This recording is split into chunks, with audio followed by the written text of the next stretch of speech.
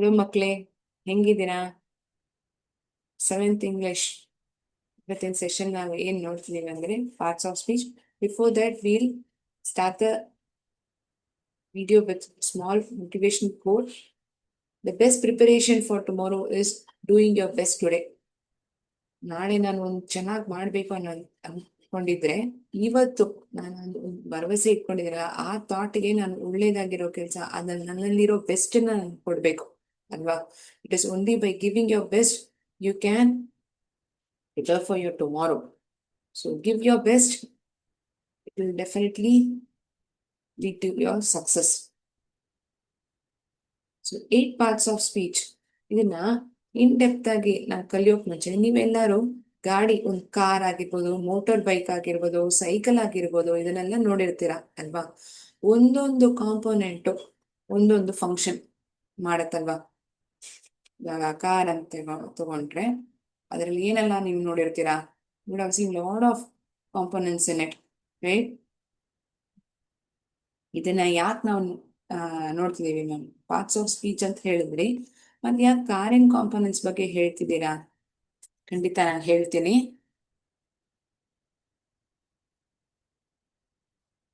ಈ ಕಾರ್ ಅಂತ ತಗೊಂಡ್ರೆ ಇದ್ರಲ್ಲಿ ಆ ವಿಂಡ್ಶೀಲ್ಡ್ ನಾವು ನೋಡ್ತೀವಿ, ಅಂದ್ರೆ ಮಳೆ ಒಳಗೆ ಬರ್ದು ನೋಡ್ಕೊಳತ್ತೆ.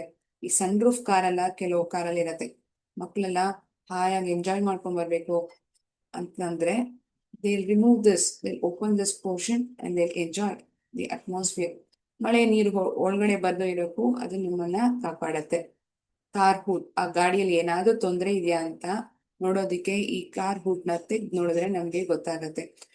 ಎಷ್ಟು ವೇಗದಲ್ಲಿ ಆ ಕಾರ್ ಓಡಿಸ್ತಿದ್ದಾರೆ ಅಂತ ನೋಡೋದಿಕ್ಕೆ ಈ ಸ್ಪೀಡೋಮೀಟರ್ ಇರುತ್ತೆ ಅಲ್ವಾ? ಇಲ್ಲಿ ಆ ಡ್ಯಾಶ್ ಬೋರ್ಡ್ ಇದೆ. ಸೊ ಈ ಡ್ಯಾಶ್ ಬೋರ್ಡ್ ಅಲ್ಲಿ ನೀವು ಎಷ್ಟೋ ವಿಷಯಗಳನ್ನ ನೋಡ್ಬೋದು. ಆ ಸ್ಪೀಡ್ ನ ನೋಡ್ಬೋದು, ಎಷ್ಟು ಹೋಗ್ತೀವಿ, ಗಾಡಿಯಲ್ಲಿ ಪೆಟ್ರೋಲ್ ಇದೆಯಾ ಇಲ್ವೋ, ಇವೆಲ್ಲ ಈ ಡ್ಯಾಶ್ ಬೋರ್ಡ್ ಅಲ್ಲಿ ನಮ್ಗೆ ಗೊತ್ತಾಗತ್ತೆ. ಮತ್ತೆ ಈ ಸ್ಟೀರಿಂಗ್, ನನ್ ಗಾಡಿನ ಎಡಗಡೆಗ ಬಲಗಡೆಗೆ ಹೋಗ್ಬೇಕಾ, ಇದನ್ನ ನಾನು ನನ್ನ ಕಂಟ್ರೋಲ್ ಅಲ್ಲಿ ಇಟ್ಕೊಂಡ್ರೆ ಯಾವ ಕಡೆ ಹೋಗ್ಬೇಕು ಅನ್ನೋದು ಗೊತ್ತಾಗತ್ತೆ. ಮತ್ತೆ ಇದೇನಿದು ಹೆಡ್ಲೈಟ್, ಕತ್ಲು ಹೊತ್ತಲ್ಲಿ ನಾನು ಗಾಡಿ ಓಡಿಸ್ತಿದ್ದೇನೆ ಅಂದ್ರೆ ಈ ಹೆಡ್ಲೈಟ್ ಆನ್ ಮಾಡಿದ್ರೆ ಮಾತ್ರ ನನ್ಗೆ ಗೊತ್ತಾಗತ್ತೆ ಮುಂದ್ಗಡೆ ಏನಾದ್ರೂ ಗಾಡಿ ಇದೆಯಾ ಇಲ್ವಾ ಅಂತ. ಸೊ ಇದೆಲ್ಲ ಯಾಕೆ ಹೇಳ್ತಿದ್ದೀರಾ? ಖಂಡಿತ ನಾನು ಯಾಕೆ ಹೇಳ್ತಿದ್ದೀನಿ ಅಂದ್ರೆ ಒಂದೊಂದು ಕಾಂಪೊನೆಂಟು ಗಾಡಿಗೆ ಹೇಗೆ ಮುಖ್ಯ ಅನ್ನೋ, it performs its own, it has its own function. Same way ಒಂದು ವಾಕ್ಯ ರಚನೆ ಅಂತ ನಾವು ನೋಡಿದಾಗ each parts of speech plays its own role. ಯಾವ್ದೆಲ್ಲ ಆ ಪಾರ್ಟ್ಸ್ ಆಫ್ ಸ್ಪೀಚು, ಏನೆಲ್ಲ ನಾವು ಬಳಸ್ತೀವಿ ಸೆಂಟೆನ್ಸ್ ಅಲ್ಲಿ, ಏನೆಲ್ಲ ನಾವು ನೋಡ್ಬೋದು. ನಾನು ಪರಿಚಯ ಮಾಡ್ತೀನಿ, ನಿಮ್ಮೆಲ್ಲರಿಗೂ ಅದು ಗೊತ್ತಿರೋದೇ ಅನೇಕವಾಗಿ. Quickly see those 8 parts of speech. Okay.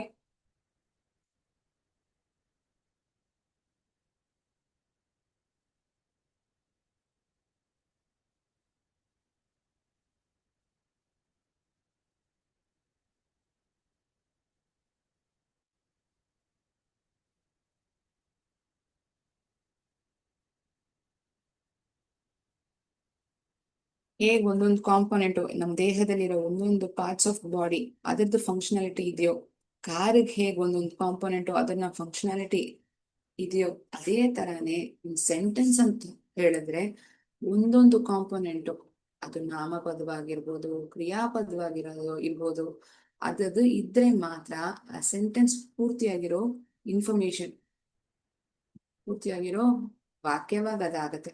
So ಯಾವ್ದೆಲ್ಲ ಅದು ಪಾರ್ಟ್ಸ್ ಆಫ್ ಸ್ಪೀಚು? ನಾಮಪದ ಅಂದ್ರೆ ಒಬ್ಬ ವ್ಯಕ್ತಿಯ ಹೆಸರಾಗಿರ್ಬೋದು, ಒಂದು ಜಾಗ, ವಸ್ತು, animal, bird, all these comes under the category of nouns. ಎರಡನೇದು ಸರ್ವನಾಮ ಪದ, ಅವನು, ಅವಳು, ನಾವು, ಅವರು, ನೀನು, ನೀವು, ಇವೆಲ್ಲ ನಾವು ಪ್ರೋನೌನ್ ಸರ್ವನಾಮ ಪದ ಅಂತ ಕರಿತೀವಿ. ನಾಮಪದದ ಬದಲು ನಾವು ಉಪಯೋಗಿಸೋ ಪದನೇ ಸರ್ವನಾಮ ಪದ. ಬೇರೆ ಏನಿದೆ? ಕ್ರಿಯಾಪದ, ವರ್ಬ್ ಅಂತ ಹೇಳ್ತೀವಿ. ಯಾವ ಒಂದು ಕೆಲಸ ಬಗ್ಗೆ ನಾವು ಮಾತಾಡ್ತಿದೀವಿ, ಆಟ ಆಡೋದು, ಓದೋದು, ಮಲ್ಗೋದು, ಬರೆಯೋದು, ಇಂತಹ ಕ್ರಿಯಾನ ಅದು ಹೇಳ್ತಿದೆ ಆ ವಾಕ್ಯದಲ್ಲಿ ಅಂದ್ರೆ ಅದನ್ನ ನಾವು ವರ್ಬ್ ಅಂತ ಹೇಳೋದು. ಅಲ್ವಾ?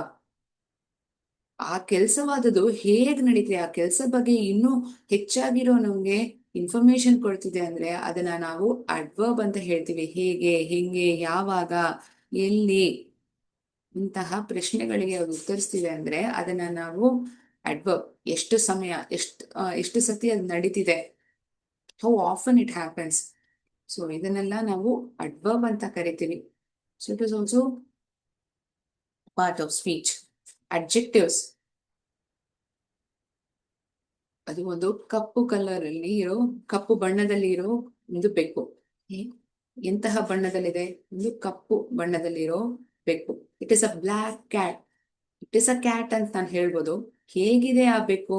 ಕಪ್ಪು ಬಣ್ಣದಲ್ಲಿದೆ. So it is describing. ಆ ನಾಮಪದನ ಅದು ಡಿಸ್ಕ್ರೈಬ್ ಮಾಡ್ತಿದೆ ಅಂದ್ರೆ ಅದನ್ನ ನಾನು ಅಡ್ಜೆಕ್ಟಿವ್ ಅಂತ ಕರಿತೀನಿ. ಸಣ್ಣ ಪುಟ್ಟ ಇಂಟ್ರೊಡಕ್ಷನ್ ಒಂದೊಂದು ಪಾರ್ಟ್ಸ್ ಆಫ್ ಸ್ಪೀಚ್ಗೂ ಹೇಳ್ತಿದ್ದೀನಿ. ಮುಂದೆ ಬರೋ ವಿಡಿಯೋಗಳಲ್ಲಿ ನಿಮ್ಗೆ ಹೆಚ್ಚಾಗಿರೋ ಇನ್ಫಾರ್ಮೇಶನ್ ಪ್ರತಿಯೊಂದು ಪಾರ್ಟ್ಸ್ ಆಫ್ ಸ್ಪೀಚ್ ಬಗ್ಗೆಯೂ ನಾವು ತಿಳ್ಕೊಳ್ಳೋಣ, ಆಯ್ತಾ? Next preposition. ಇದನ್ನ ನಾವು ಕನ್ನಡದಲ್ಲಿ ಪೂರ್ವಭಾವಿ ಅಂತೀವಿ. ಯಾವ ಒಂದು ವಸ್ತುನೋ ಎಲ್ಲಿದೆ, ಮೇಲ್ಗಡೆನಾ ಕೆಳಗಡೆನಾ, ಹೇಗ್ ಹೋಗ್ತಿದೆ, ಒಳಗಡೆ ಇದೆಯಾ, ಪಕ್ಕದಲ್ಲಿದೆಯಾ, ಎಲ್ಲಿದೆ, ಇವನು ಪ್ರಿಪೋಸಿಷನ್ ಆದದ್ದು ನಿಮ್ಗೆ ಹೇಳುತ್ತೆ. ಕಂಜಂಕ್ಷನ್.